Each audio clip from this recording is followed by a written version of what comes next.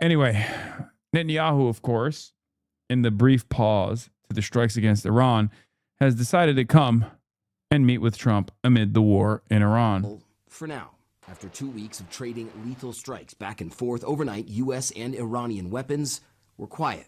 But tensions remain high in the region. U.S. Central Command saying it boarded a ship Sunday in the Arabian Sea on suspicion of violating the U.S. blockade of Iran, before ultimately letting that ship go. And in the nearby Red Sea, the Houthi rebels, Iran's proxy group in Yemen, opening up a new front, targeting Saudi oil exports, claiming they hit state-run oil operations in the Saudi kingdom. This week declaring a maritime blockade on Saudi-linked shipping in the Red Sea's Bab el-Mandeb Strait, a vital trade route. Saudi Arabia releasing this video of what it says are their patrols, the Saudi military carrying out attacks of its own on Houthi targets inside Yemen. President Trump meeting with his national security team on Friday to discuss next steps, saying this week he's considering a massive attack on Iran. There's two ways. I mean, it's you can just keep doing exactly what we're doing and take them apart piece by piece. We could do it in a more rapid fashion, which we might do, or we can negotiate with them, which we're also doing right now. This all comes just days before Israeli Prime Minister Benjamin Netanyahu heads to the White House Tuesday to meet with President Trump. Their first face-to-face since his February visit, where he argued for the joint U.S.-Israeli attacks on Iran days before the start of the war. So just how much we should read into this pause in the fighting remains unclear, but what is completely clear is that this entire region remains on edge. Gio? All right, Matt Rivers, thank you so much for your reporting there. Joining me now in this Sunday Morning Futures exclusive is the man himself. All right, the real president is back, and he's ready to chirp at the bullshit Americans who aren't doing enough to defend Israel's interests. Minister of Israel, Benjamin. The real president of the United States of America is back to demand that Americans die at Israel's behest. Not enough Americans have died yet. More Americans must die so that Israel can take out a major player in the region. But before we do that, I'm sure it's just a coincidence that Trump restarted this Iran war right after Mossad's new chief visited Washington. This was, of course, new reporting that came out earlier this week. The new director of Israel's Mossad spy agency, Roman Goffman, visited Washington 2 weeks ago for talks about the war in Iran and the Iranian nuclear program. He met with CIA Director Ratcliffe and White House officials. Netanyahu. Mr. Prime Minister, thank you so much for joining us this morning. Good to be with you, Maria. So, Prime Minister, you just heard what Zoran Mamdani had to say. He's calling you a war criminal.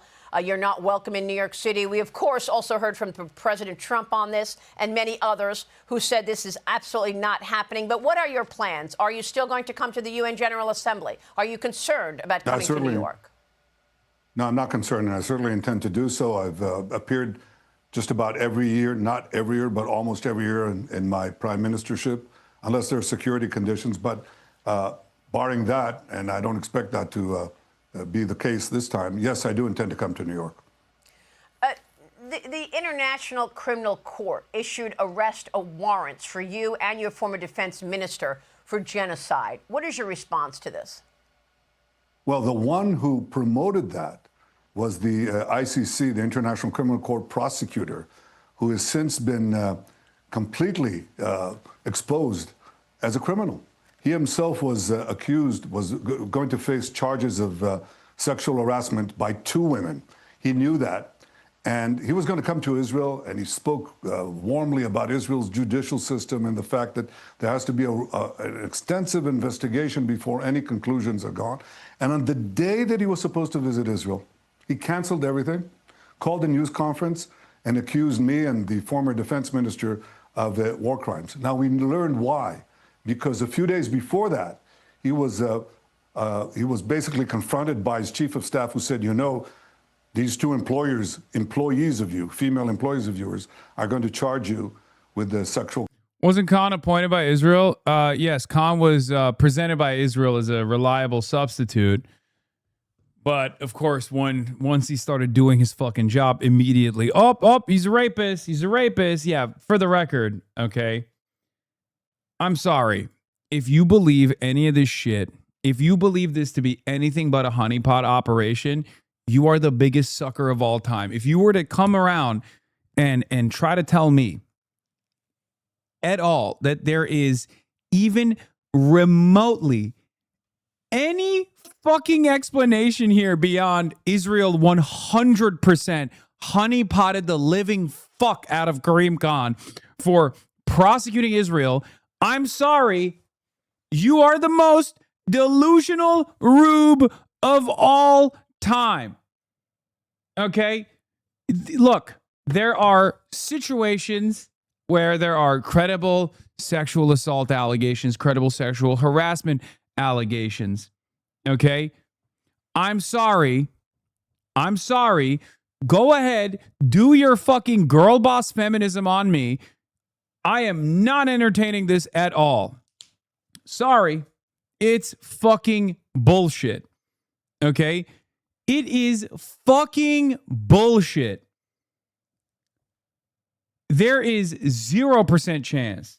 And if you think this is not an exceptional case, if you think this is like, oh, you're not taking rape seriously here, they're not taking it fucking seriously. They're literally taking victory laps over here. Okay? I'm sorry. It's fucking bullshit. And there will be more information that comes out about how fucking bullshit this is in some time.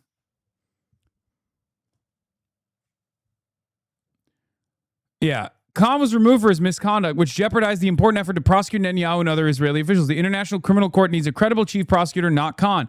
It's important not to give up on the ICC, but to ensure that no litmus test is applied to the new Chief Justice candidates. We don't want anyone who will do the equivalent of immediately stopping the investigation of Bush-era torture in Afghanistan or to slow walk the investigation of Israeli officials until Israel's genocidal response to October 7 made that no longer possible. Please, Khan was removed by diplomats casting a political vote in contradiction of the judges who found no misconduct. They seized an opportunity to remove a thorn on their side. They will not select another thorn now. This case was hijacked by the states, and some were okay with that. Okay? Do you know something we don't? I guess I have brain cells that you guys don't have. Okay? I guess I have brain cells that you guys don't have. They have been actively spying on the previous ICC prosecutor and they sanctioned the previous ICC prosecutor. What are we talking about? For fucking investigating Israel. Okay? Are you insane? The previous ICC prosecutor was a woman. So they went after her husband. Okay? They didn't get to honeypot her. They didn't get to fucking be like, oh, she's a rapist or anything. But they very clearly spied on her. We know this. Okay? They spied on her. They spied on all of her communications. They intercepted all of her communiques. And they were designing prosecutorial cases in Israel specifically around the what's the word? Complementarity? No, I'm using...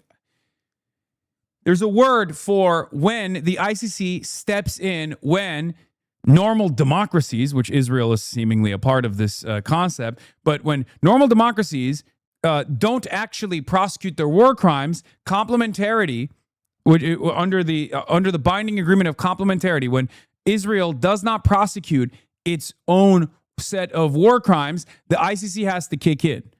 Okay? So what Israel would do was they infiltrated and intercepted her communications, and whatever issue that she was investigating, like let's say there's a rape case in the West Bank, right? Let's say there's a rape case in the Israeli occupying forces against the Palestinian prisoner, right? And when she would investigate that stuff and she would be on the phone asking questions about it, Mossad, which had intercepted her communications, would go back to the Israeli government and say, this is what they're looking into. We have to prosecute this. An example of this already took place with the pro-rape riots in Israel. The reason why Israel actually went after the 6 Sde Taman concentration camp guards for raping prisoners to death, sometimes in front of CCTV camera footage, was specifically so that they could kick in complementarity, so they could say, this is not in the jurisdiction of the International Criminal Court because we are clearly prosecuting ourselves. Okay? That's it. That's what complementarity is. where normal democratic Western countries, as long as they prosecute their own war crimes, the International Criminal Court can't prosecute them. But because Israel is so unaccountable, Israel is so used to behaving with impunity, they don't give a fuck. So they try to use complementarity as a shield to prosecute internally some of the war crimes that the ICC is looking into. This is what they did with the previous ICC prosecutor before Karim Khan.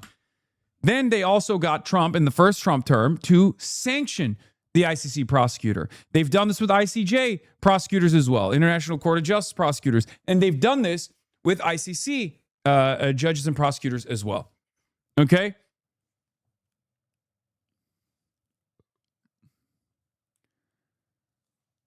So I'm sorry, but if you were to look at that guy who is tasked with one of the most important criminal prosecutions of our generation, and magically all of a sudden he's considered a sex pest out of fucking nowhere. I think it was like one of his staffers or something that he may or may not have had a consensual affair with. I'm not entirely certain about the details, but it doesn't even fucking matter. Okay? If you think that he just out of the blue became a rapist the moment that he fucking started prosecuting Israel, you are the biggest fucking rube of all time.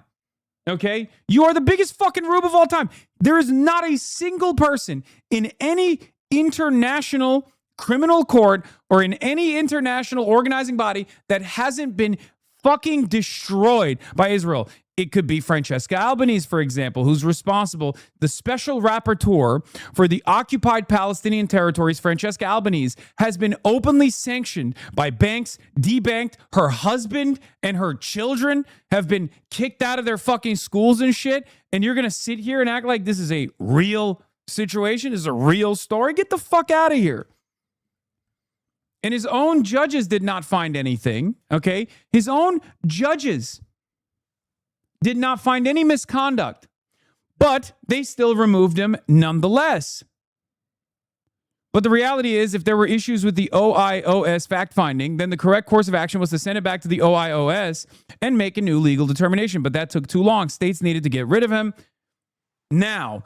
And so this charade of a vote was concocted. I do not see this as due process or as justice for anyone involved. It is a bad precedent for future cases of sexual misconduct because now a bunch of diplomats can clear someone guilty at the last minute, just as they remove someone who was cleared now. It's also a bad precedent for Palestinians whose case was obviously tampered with. Israel has pretty much admitted involvement in building a coalition to remove Khan and will now likely slowly die. Pretending the ICC will now find a super prosecutor with lots of teeth and grit does nothing. It won't. The ship has sailed. If this has gone back to the OIOS, the judges re-examined and concluded misconduct, then this would have been a legitimate process and Khan would be to blame and would have to answer to the Palestinians for his actions. That is not what happened. Others will have to answer to them. Is this being talked about in Real News or only Twitter posts? I mean, Real News covered it. Real News covered it because, of course, they're rejoicing. This is a huge blow. ICC judge admitted she was pressured. Oh, this is the former ICC chief. Yes, Fatou Bensouda. This is the lady I was talking about, Fatou Bensouda, who led the international body from 2012 to 2021, said that two men with ties to Israel came to her house in The Hague after she opened the investigation in 2015 in order to intimidate her. I felt left alone. I felt unsupported. Bensouda also said that Mossad repeatedly pressured her to drop the investigation during official meetings with the chief of the Israeli spy agency. What was clear was that he didn't want an investigation on Palestine to go on, Bensouda said. Also, there are even authorities of some countries that have appealed to me. You really need to stop. This is going very far. You could be harmed or you could be killed or family members could be harmed in some ways. But to me, it was out of the question, Bensouda added. And yes, Karim Khan was the U.S. and Israel pick in 2021. They lobbied for him to get the job, and in return, he dropped the U.S. from his investigation of war crimes in Afghanistan and deprioritized the Palestinian topic. As soon as he dared to go after Netanyahu, the ICC got sanctioned by the U.S. Even their handpicked guy was like, enough is enough. We have to do something about this. And that was too much. That was a bridge too far. So they just fucking branded him as a rapist with fucking false allegations. And then the judges themselves found no fucking misconduct. Okay. But it didn't matter anyway because they pressured enough of the diplomats to fucking remove him from his position. And then they also celebrated it. They took credit for it too. Here's, to no one's surprise, the Wall Street Journal is rejoicing in the removal of Karim Khan. This glee comes days after the Wall Street Journal ran Marco Rubio's piece, Why We're Dismantling the International Criminal Court. I do wish Khan's vocal detractors would just be honest about the context. After months of burying the accusations of more than 2 years of dithering, the International Criminal Court has at last fired its prosecutor, Karim Khan.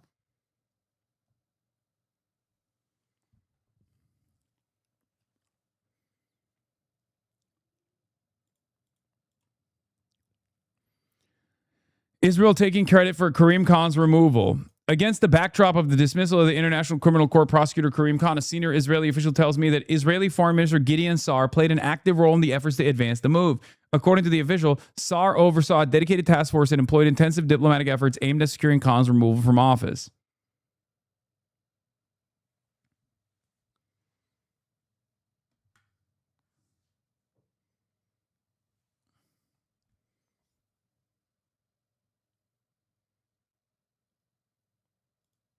What is this?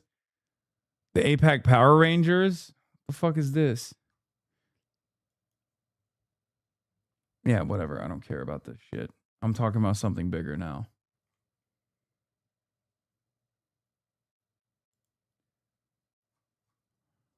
Mark Ruffalo says, just because you lobbied to have the man who issued the war crimes taken down doesn't mean the war crimes disappear or guilt is assuaged. You will not outrun justice. You will not lobby history. You were a murderous maniac, Benjamin Netanyahu. You will always be remembered as such.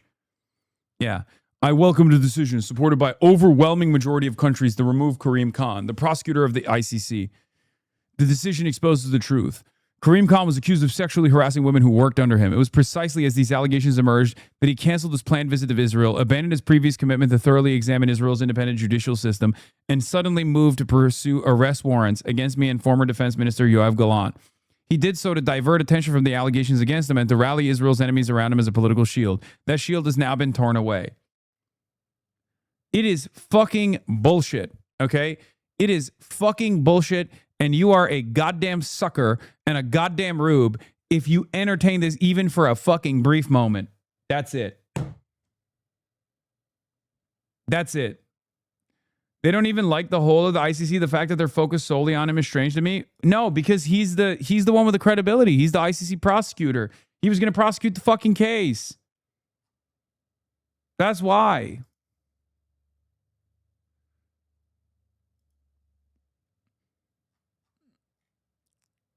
Yeah. Sarah alleged inappropriate behavior of another senior ICC official, also investigated and cleared before moving on to complain about Khan. The independent judges panel in Khan disciplinary found no serious misconduct. The ASP vote is political. Yeah.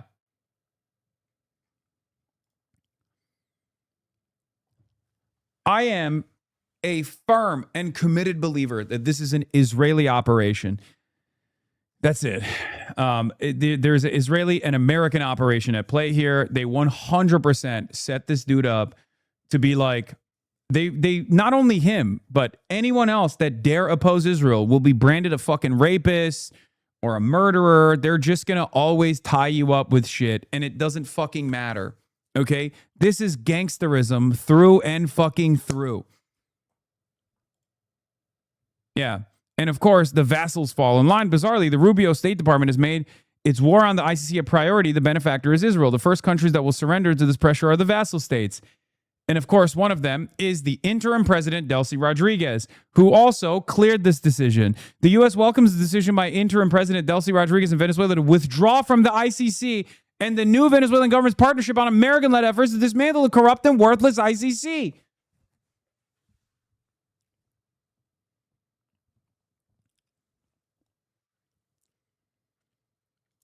They put the guy with some dirt on him to lean into later. This was intentional. I think it's fucking bullshit because the quote unquote dirt is not even substantiated. You understand? Like, there's dirt and then there's whatever this fucking thing is, okay?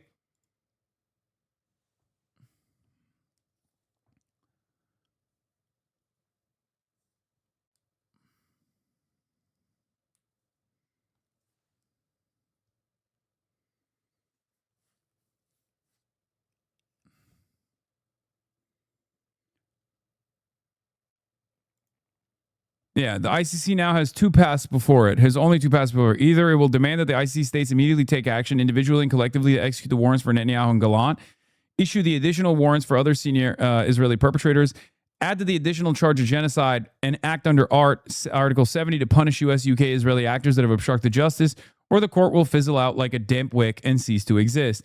Yes, it will take courage. It's going to fucking fizzle out, by the way. There's far too much pressure from the United States of America and all of its fucking dumbass vassals to piece up and destroy the International Criminal Court. Okay? That's it. And it's not like China is going to fucking back it. Okay? Who's going to back the ICC? Who's going to back international stability, rule-based international order? Who is going to be the card carrier, the banner carrier of the international rule-based order if America, which is the architect of this order, is not defending it? All of a sudden, when it impacts an American ally, a key American ally like Israel, no one is out there to defend it. Yes, it will take courage, but no other course will now salvage the court's legitimacy. The U.S.-Israel axis wants them to fall. Will the ICC stand Will the ICC stand and fight or walk silently to the gallows? There are no other choices. Is now or never.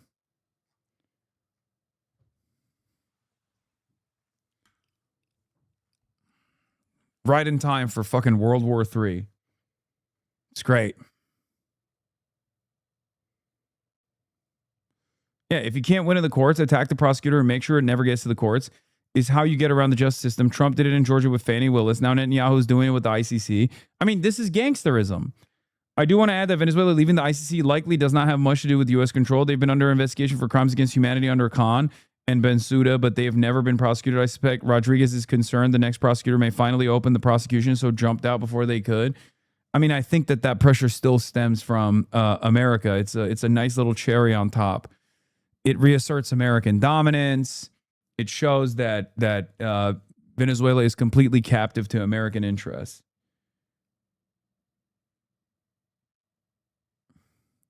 Just in case you missed it, but this message describing the U.S. is no longer standing for human rights and that no one listens to her anymore was posted by official French government account. Yeah.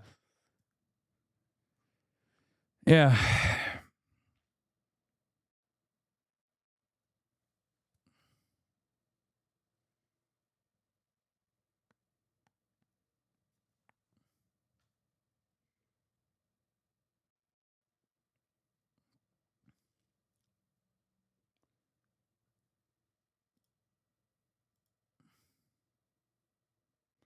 Kenneth Roth has his next victim after pushing for Khan's removal for months and months. Volker Turk.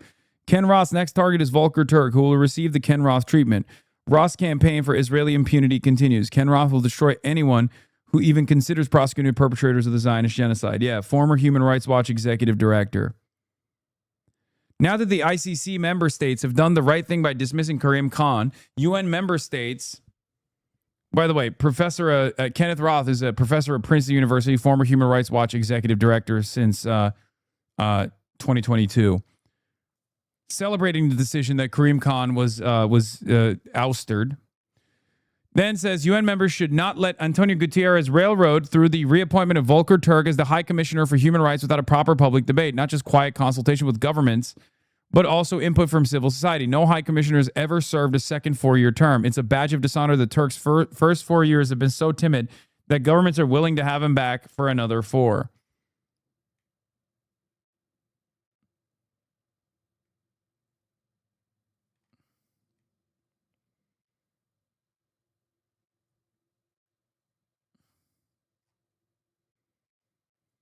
I cannot believe that these like serial blackmailers get to do whatever the fuck they want. And I guess, you know, it's America, so it's America's attack dog, so everybody gets to do whatever the fuck they want. Yeah, thankfully Volker Turk survived the push against them for the US, Israel, Russia coalition. The only states that voted against them were client states.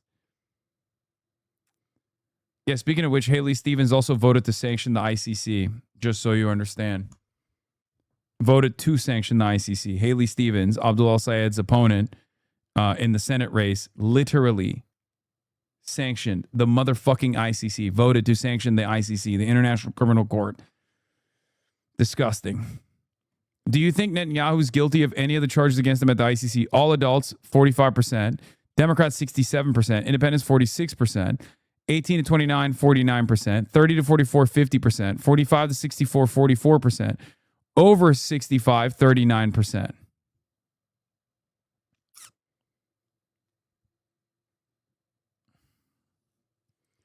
Not that it matters. The public opinion and the public approval obviously don't fucking matter.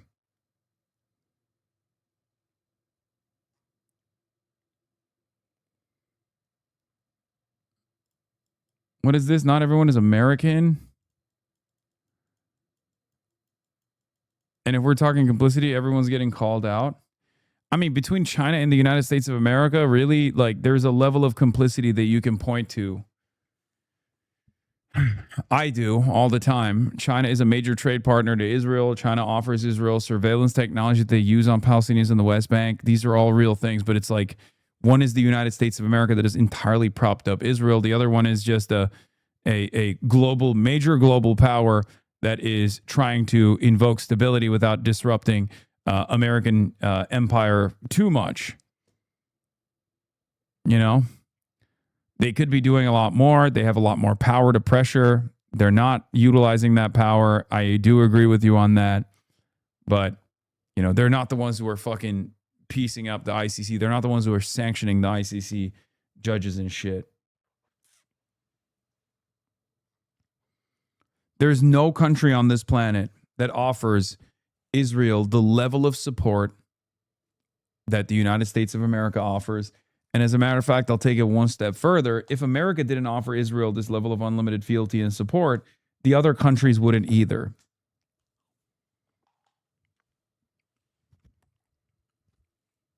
China and the rest of the world treat Israel as a vestige of America, as an extension of America. That's why they treat Israel with kitty gloves. That's it. The moment that America withdraws support, the rest of the world would pounce on Israel. Crimes. So he thought, how am I going to divert my criminality to something that will protect me? And the best way, he thought, was Israel bashing and, frankly, bashing me, and thereby getting the envelope, the protection of all the anti-Israel crowd. And that's basically what he did, and it worked for a while. But then the truth came out by various organizations, including the left-wing newspapers, The Guardian. And as it came out, he lost his job. He thought, if there's an indictment, I'm going to have a job. There was an indictment, and he lost his job because he was removed by a vast majority of nations who knew that he was a con job. So his name is Karim Khan. He pulled a con job on the international community with these bogus charges of war crimes on us. Now he's going to be in the dock. And I think that tells you that the whole thing that the mayor of New York is basing himself on, this criminals, bogus charges, that's what he's using. And look at what he's doing. He's fomenting hate. He's supposed to be the mayor of all New Yorkers, Jews, Christians, Muslims, everyone. But he's trying to turn one group against the other, and he's foisting hate and fear. I speak to Jewish Americans in New York, and they're afraid right now. And I don't think it's accidental that after he made this hate speech against Israel and against me, the next day, a Jew is stabbed coming out of a synagogue. I think, and with a cry of Allah is Akbar, Allah Akbar. And you know what that means. So I think that it's shameful. This thing is very bad for New York. I think it's very bad for peace. But the answer to your question, I intend to come and speak the truth, speak for Israel and for the Israeli-American alliance from the podium of the United Nations.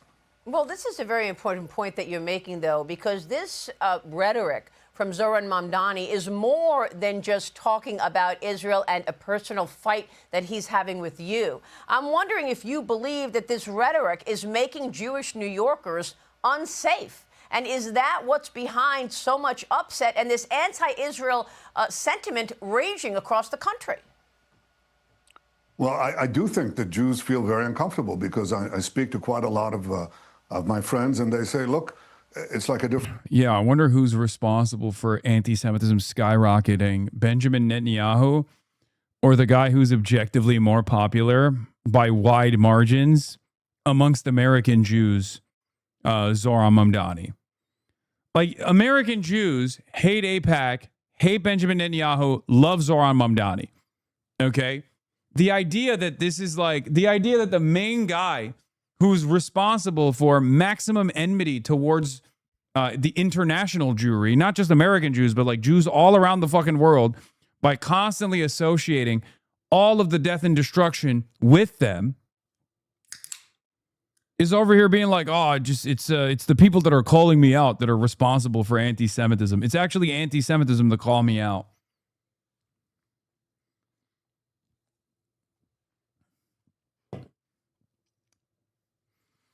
But Hasan, the U.S. supported the apartheid government of South Africa even till there was a UN agreement. They still voted against liberation. Why are they needed now?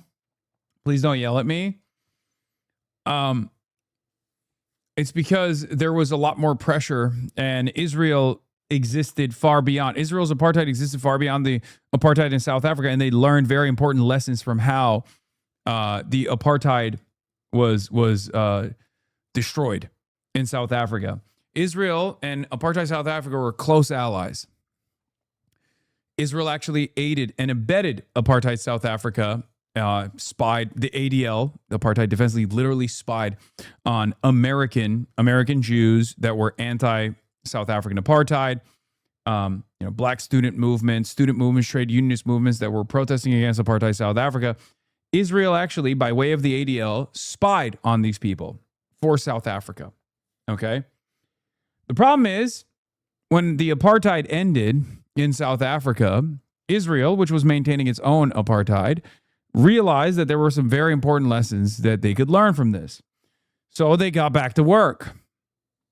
The same initiatives that existed that actually reached a critical level of success against apartheid South Africa have been outright criminalized in this country. Boycotts, divestments, and sanctions is not a movement that was invented against apartheid Israel. It was initially deployed against apartheid South Africa to great success. Cultural boycotts, academic boycotts against apartheid South Africa also played a formative role. Okay? Israel learned from the I guess, quote unquote, mistakes that they made. Apartheid South Africa made in terms of continuing its unjustifiable and illegal structure of apartheid.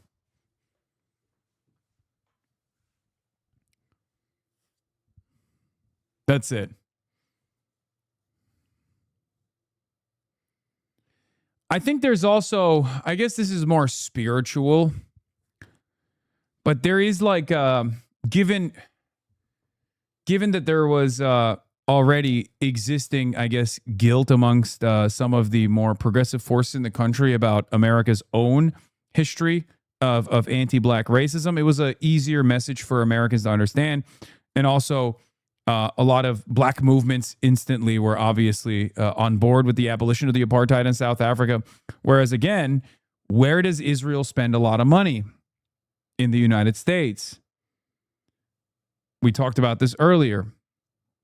A lot of progressive black movements that are inside of the Democratic Party are funded in large part by AIPAC subsidiaries and big donors that are pro-Israel.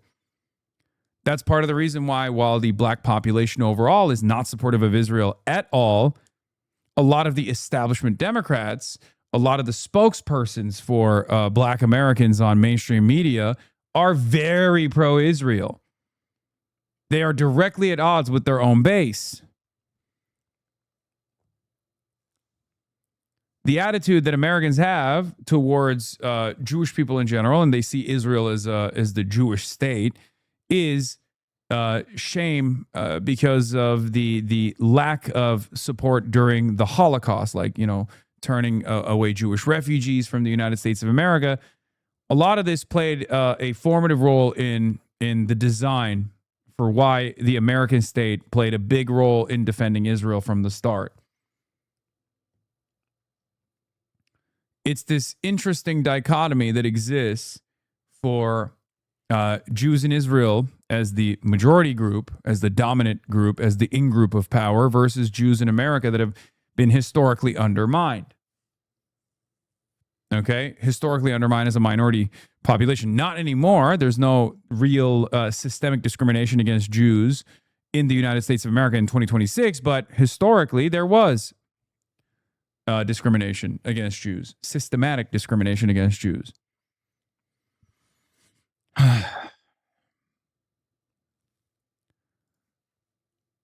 Different world. We're afraid to go into the streets. We certainly do not want to wear yarmulkes or any clothing that would give away that we're Jews. But yes, they feel frightened, and I think that's part of this incitement language that is sweeping. Yeah, the anti-apartheid movement in the U.S. was also not long after the civil rights movement. It was kind of seen as an international thing, the fight against Jim Crow, even though you could say the same about anti-apartheid in Palestine. It's been a while since the civil rights era. Yes, but there's also a 20-year barrier between any kind of civil rights movement, international or domestic, and the global war on terror, which basically universalized Israel's enemies as America's enemies, the Muslim hordes in general. That is a big part of the reason. There is tremendous amounts of Islamophobia in American public, and that is what keeps Israel, that is what allows Israel to operate in the violent ways that it does, because ultimately the average American still goes, yeah, these Muslims are kind of scary and weird and dangerous. And, you know, I guess like the average American looks at the situation and goes, yeah, Jews are fighting against Muslims. It's like their own religious battle. You know, I think the average American probably thinks like, yeah, you know, Jews control the media, but I like Seinfeld. And Muslims I am fearful of because they did 9/11 and they want to do it all the time. So they just lean on one side over the other. Most people were uninitiated pre-October 7, and they kind of had this attitude over it.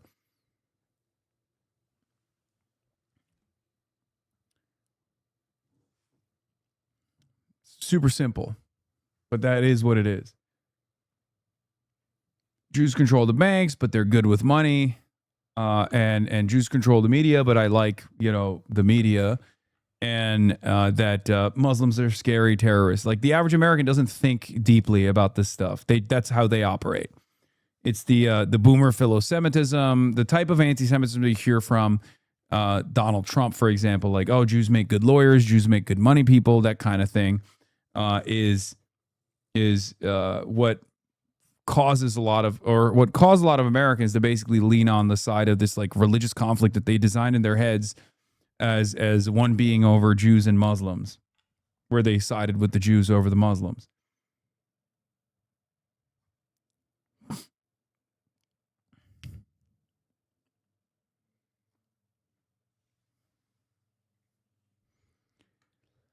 Oh, bro, just fed the out of context Clippers for the next 1,000 years, Lamau. I mean, it very clearly, this is not my position. I'm saying that this is what the average American thinks, which, again, if they were to clip, most people would look at that and go, yeah, I agree with that. Actually, he nailed it. A lot of circles with anti-Semitism, a lot of circles in the West, in the United States, and unbelievably, in New York City, which has the second largest Jewish population in the world after Israel. And I think it's wrong. The whole thing is wrong. And what are they doing? I mean, what Mamdani is supporting, his wife, his family, he celebrated October 7th massacre, the worst massacre against Jews since the Holocaust. He's basically supporting, he tries to say that he doesn't, but he's supporting the Hamas murderers who raped our women, then beheaded them, burnt babies alive, slaughtered our men, took innocent people hostages, 251 men, women, children, babies. That's who he's supporting. And they're the ones who are responsible for genocide. They would have killed, as their charter says, and as they themselves proclaimed, they would have killed every single Jew in Israel and every Jew in the world. So the genocide charge belongs to our enemies. What we're doing is try to fight this genocidal terrorist organization that embeds itself among civilians, prevents us from moving the civilians out of harm's way. They use gunpoint. That's where the real criminals are. But Mamdani is aligning himself with the criminals, with these murderers. But the worst thing is that he's tormenting his own citizens, his own voters. Yeah. No, that is wrong. And I've been to New York so many times, Maria, over the years. I've met all the New York mayors. They all saw themselves as mayors of all New Yorkers, not putting. Yeah, he's talking about. You can tell Hasan actually despises Bibi. Yes, I fucking hate him. He is disgusting. He's a disgusting monster. Anyone with a conscience should also hate him. And do. Many people do. Even people who are pro-Israel hate this fucking guy. This guy is a demon through and through. Is indefensible.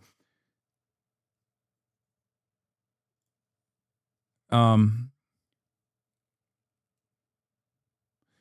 gonna lie, is it wrong to say that the average normal person doesn't even think about it? Like most people have exams and or work going on. Have you talked to any human being in the last 3 years? Like actually, have you talked to any human being other than just trolled in this fucking chat?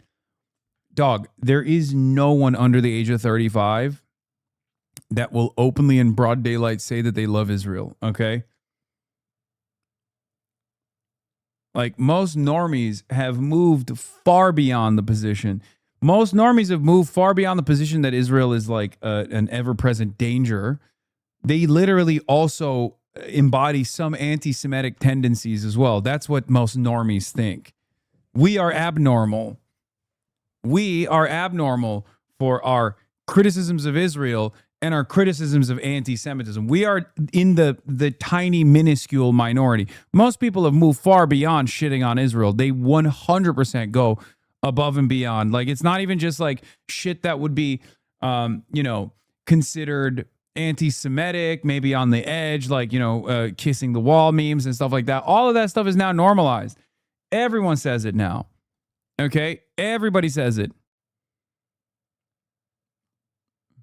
When I say don't think seriously, it's mostly memes. Israel is literally a substitute for all things cringe. Israel is a substitute for all things bad. When people fucking hate something, they say this is Israel coded. Like it's done. It's super done.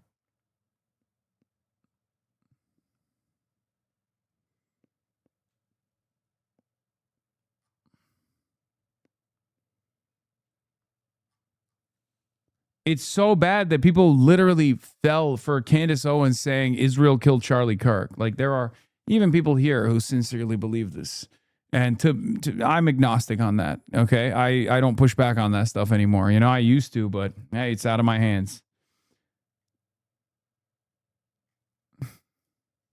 Pitting one part of the population against the other. Of course. Mr. Prime Minister, let me move on to the war where we saw the highest, really, hostilities yet in the last week. What will it take to end this war?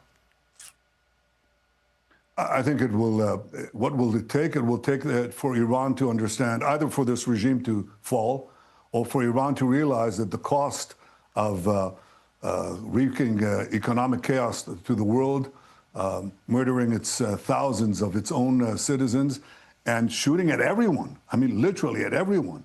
At Saudi Arabia, at Bahrain, at Qatar, at Kuwait, at the UAE, at Israel, at Jordan, every single one. I mean, this is what this regime is doing when they don't have nuclear weapons. So imagine what they would do if they had nuclear weapons.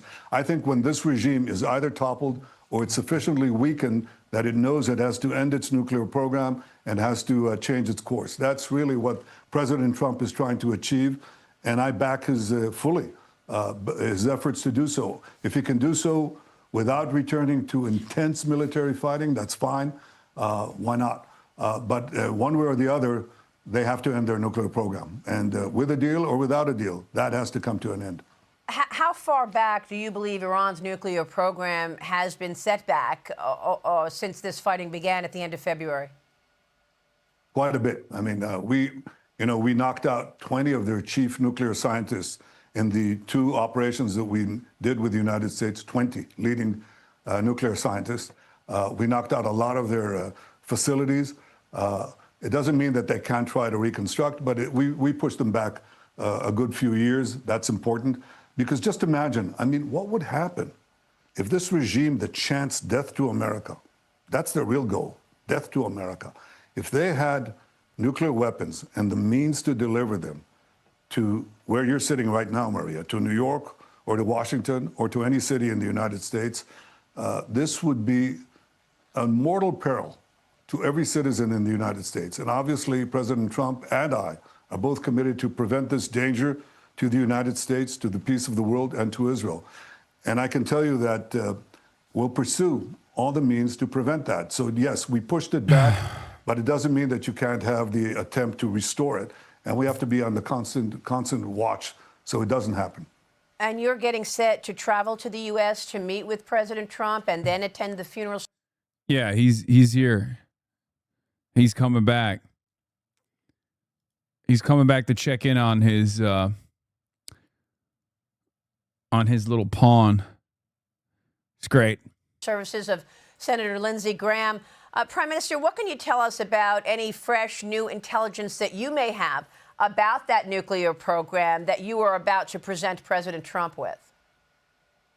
Well, first let me say that Lindsey Graham is a terrible loss. He was such a great friend, such a champion of America and a patriot, and such a champion of the Israeli-American alliance. He believed in the benefits that Israel gives to the United States in terms of intel, weapons technology, and of course we appreciated very much all the help that we got from the United States. So he was an extraordinary American patriot, and we miss him greatly. As far as the nuclear program, we constantly exchange information. Our intel services and yours are working so close together that it's not that I'm going to present new information, but I think it's a good thing to have the opportunity to sit with our good friend President Trump and to hear what he has in mind, because I think in many ways it's his decision. But let me say one thing, and I think I should say it very, very clearly.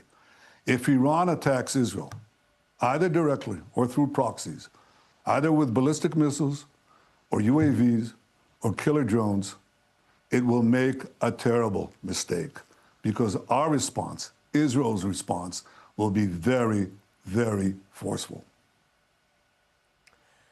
My conservative family saying Trump should be allowed to run for 2028 because only he can stop Iran from developing nuclear weapons. I keep pointing out that Netanyahu has been saying they would build a nuclear bomb within months every year now, ever since they denied him going to the local park with unsalted peanuts and hard-boiled eggs to feed the crows. I don't know what to do anymore, man. I think it's a call. Fuck.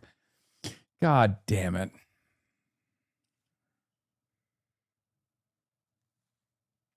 Bro, I just got off of a fucking almost 20-hour flight to come back home, and I rushed over here. First day back. Hit the start streaming button. And y'all got to do me like this? That's what we're doing? That's what we're fucking doing? Support independent media. Piker Broadcasting Service, People's Broadcasting Service, sponsored by you, the people, for you, the people. Okay?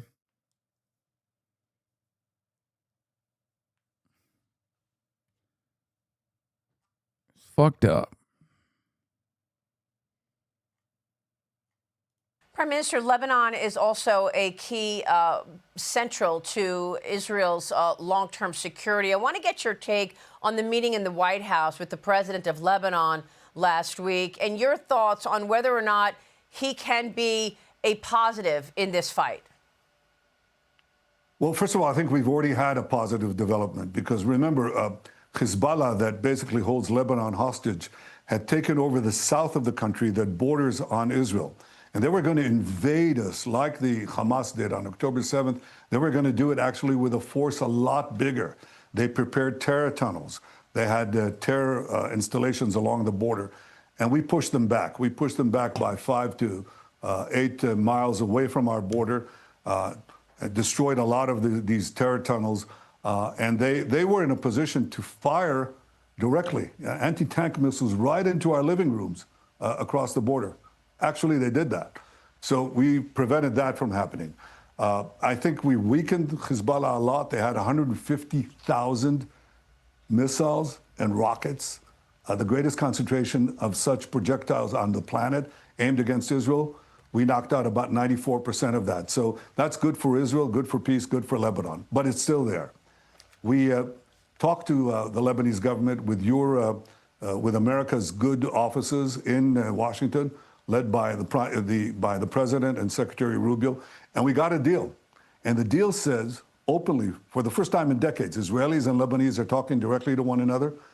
And the deal was, we push back Hezbollah, we demilitarize Lebanon, we disarm Hezbollah, and we make peace. And I think the fact that this deal was put forward is a great advance. It shows that Hezbollah's ability to intimidate Lebanon's government and its president has been sharply reduced. Now, whether or not the Lebanese army can take over the areas that we clear up from. Damn, did Big Yahoo lose a step? Hasbara isn't hitting as good. He's fucking. Maybe it's the ass cancer. But the Hasbara never works any longer. It's just they have to prop it up with bots. Make no mistake, this is war. Every accusation is a confession. The UN is not a safe place to be anymore. It's time to vote in America now. How about Israeli boots on the ground instead of American soldiers? I hope Netanyahu and Trump will have a huge military escort in New York. They will have enemies there. The mayor won't help them. Only IDF posts haven't been censored in the comment section. Praying for wisdom for all our leaders. God bless. Hezbollah, that remains to be seen, but we're willing to give it a try. And I think that it's on the whole a positive development and may lead to another peace treaty between Israel and an Arab country. Wow. Well, that's what I want to ask you about the Abraham Accords. But first, let me ask you this, because many Israelis are deeply divided on what your government is doing in the response to this. What do you want to say to critics who may not understand what you're seeing in terms of this ongoing war? I think there's a lot more unity in the country than appears in, in the various statements by politicians. Most Israelis understand we have to fight Hezbollah. We're doing that, by the way, with an incredible ratio of 5 terrorists killed for every civilian killed. That's unheard of. And we do it because we precision target the terrorists. Hezbollah, like Hamas, embeds itself among civilians, but we've been able to reduce that ratio in Gaza because the last thing we want is genocide. In fact, we want to hit the terrorists, not the civilians that they use as human shields. And we're very successful in doing that in Lebanon. Most Israelis understand that we have to keep the security zone that we have now alongside the Israeli border on the Lebanese side in order to prevent a new invasion attempt by Hezbollah terrorists. And most support our efforts to reach a peace with Lebanon. So I would think there's a lot more unity among Israelis than meets the eye. And if I'm elected again, we're going to have elections in a few months, I intend to create a broad national government that will give expression to that unity in the next government. And Prime Minister, I want to get your take on this Saudi deal over a nuclear deal with the U.S. Israel was concerned in the past about Saudi Arabia's ability to enrich uranium. But President Trump has done this civilian nuclear deal program with the Saudis on the condition that Saudi Arabia join the Abraham Accords. Are you expecting that? And what is your assessment of this nuclear? Does he even have electoral opposition? Yes, but they're also they also are in favor of the same shit. Nuclear deal. Well, first of all, I think President Trump was absolutely right in stating that condition. That Saudi Arabia would get a civilian nuclear program in exchange for normalization of relations with Israel. I stress civilian because the last thing we want, and I'm sure the last thing the president wants, is a military program, nuclear program in Saudi Arabia. Can we have this? Yes, I think it's possible. Remember that we had 4 peace agreements between Israel and Arab nations, brokered by President Trump, with my working together with me. It's a great achievement, historic achievement, and obviously we'll be delighted if we could extend it to Saudi Arabia and other countries. And I think if we weaken Iran further, we will. Which countries are you expecting to join the Abraham Accords? They're playing him out. The ones that I want to join, I will not. I won't reduce the probability. What the fuck is going on? They're playing him out. Maria's like, I love you, Mr. President. You're the real president. I can't get enough of you. Of their joining by exposing them here, but I can tell you that we have. Well, Maria, I'll tell you this. Everybody says Israel's isolated. It's not isolated. I mean, many countries in Africa, in Latin America. That's the real president talking. You can't fucking play him out. He can go on for as long as he wants to. In Asia, even in Europe, many countries are coming to us because they want to share our technology, civilian technology. They want to benefit from our military prowess and technology. Yes. And there are now contacts with several Arab countries in the Middle East, but because I want to advance those contacts, I'd rather reserve my answer to a future appearance on your show. Well, and we want you back. But real quick before you go, Mr. Prime Minister, the anti-Semitism in the Democrat Party, are you worried about losing the Democrat Party? Does it pose a risk to Israeli-U.S. relations? Real quick, sir. Yeah, I'm very concerned with that, obviously, because I think a bipartisan support for Israel is important, very important for us. But I'll tell you what I'm worried about most. I'm worried about the reasons that leading Democrats have said privately. One of them said it actually publicly, of why they joined the radical fringe. And the reason is that their family has been harassed, that they're afraid of being tailed everywhere and being intimidated by this radical fringe. So I think that's really something that should worry every American. You don't want legislators taking their position because of personal intimidation. That's bad. Yes, I worry about it. Mr. Prime Minister, good to have you this morning. We so appreciate. Yeah, only Israel gets to do personal intimidation.